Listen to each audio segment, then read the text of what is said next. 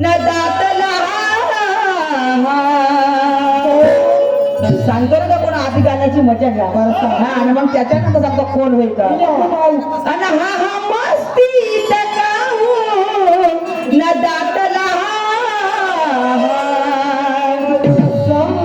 आणि याच्या नाकामध्ये टोचतो हा त्या सांड्याच्या व्यसन असतो तुतारी पाहिजे तिला माहित आहे तिला पहिल्यापासूनच माहित आहे आणि याच्या नाकामध्ये टोचतो हा आणि नंतर याला कुठे याच्या नाकामध्ये टोचतो नंतर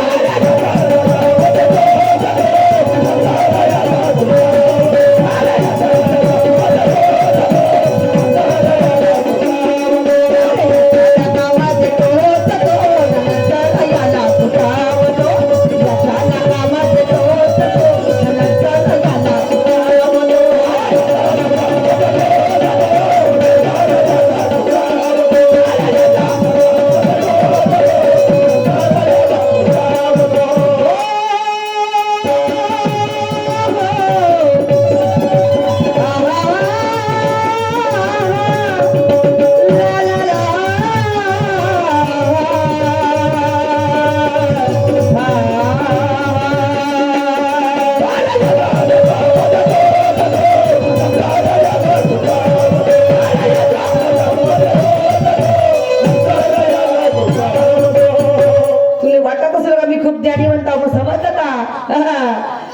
तत्वाची करतो शाहिरी मी ठोकणारा झोडत नाही सूरज तत्वाची करतो शाहिरी मी ठोकणाऱ्या कधी झोडत नाही आणि तू करते ठसक्याची शाहिरी ते सोनू काही भाड झोकत नाही बरोबर तू करते ठसक्याची शाहिरी हे सोनू काही भाड झोकत नाही काय वाटते माझ्या गाण्याची तोडते माझ्या गाण्याची तोडते तू देऊन पाहिजे माझ्या गाण्याची एखाद्या गाण्याची गाणी तोड समजलं का तेव्हा समजेल तुला कशी येते गाण्याची तोड दे ना मला वा रे वा आपल्या तोंडाची उजारी काय म्हणजे होणार आहे का नाही होणार आहे का काय वाटते तुम्हाला नाही काय वाटते समजलं का कारण म्हणते मी नाता एक कोणाशी जोडत नाही समजलं का शब्दाची मर्यादा शब्दानं पाळणं हे मानवतेच धर्म आहे विचार कर शब्दाचं समजलं का शब्दाची मर्यादा शब्दाने पाळणं हे मानवतेच धर्म आहे त्याने शब्दाची मर्यादा नाही पाळली तर त्याचं जीवन सहार व्यर्थ आहे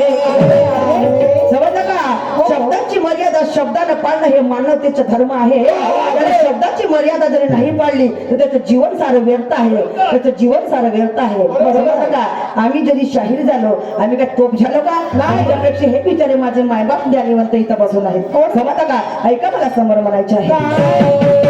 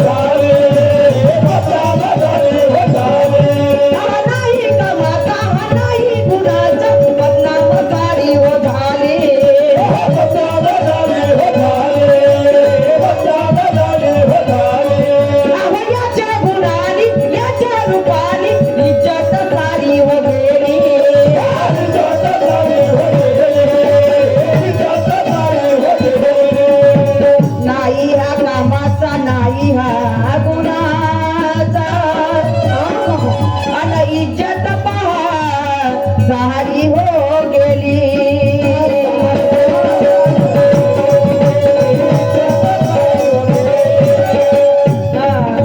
मी तुलाही म्हणणार नाही शाहीर, समजलं का?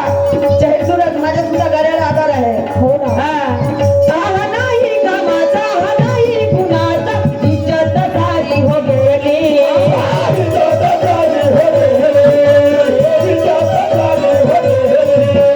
याच्या रूपाने, याच्या गुणाने बदनाम सारी हो झाली.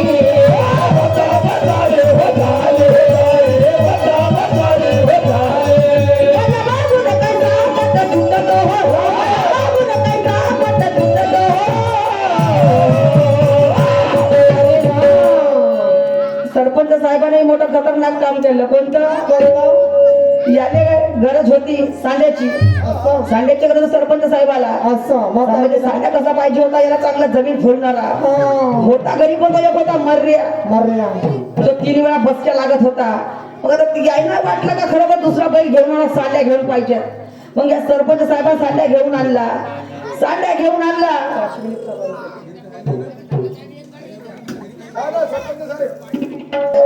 सरपंच साहेबांनी सांड्या घेऊन आणला.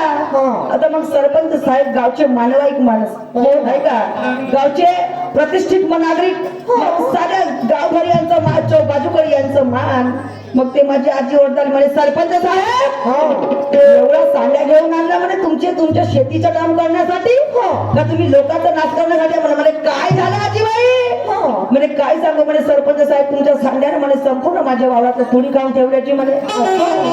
आम्ही गरीब माणसं, आम्ही गरीब शेतकरी माणसं बिचारे आम्ही लावतो, आणि तुमच्या सांड्याने संपूर्ण माझं नाश करून ठेवलं म्हणे. नगरची काकू आले म्हणे, सरपंच साहेब माझ्या वावरातल्या त्यानं साऱ्या शेंगा खाऊन ठेवल्या म्हणे. कशाच्या? पोपटीच्या शेंगा खाऊन ठेवल्या म्हणे. दुसरी आजीबाई करणारे म्हणे, सरपंच साहेब माझ्या वावरात पूर्ण चना खाऊन ठेवला, म्हणजे सोला खाऊन ठेवला म्हणे. काही उरणायचे म्हणे, एका बांगीच्या चना पूर्ण खाऊन ठेवला म्हणे. काय यायचे म्हणे. आणि म्हणून त्या सरपंच साहेबाला असं वाटलं का खरं मला प्रत्येक बाई हटकतो, मला प्रत्येक बाई विचारतो, तर खरोखरच या सांड्यापासून माझी बदनाम होत आहे नाही का, या बैलापासून माझी बदनाम होत आहे. 4 चौकाचा बसणारा माणूस, आणि नुसत्या या सांड्यासाठी आज या गावामध्ये माझी बेइज्जती होत आहे. त्या सरपंच साहेबांनी काय केलं? काय? आणि याच्या नाकामध्ये सांड्याच्या, आणि याच्या नाकामध्ये धरून याला कुठं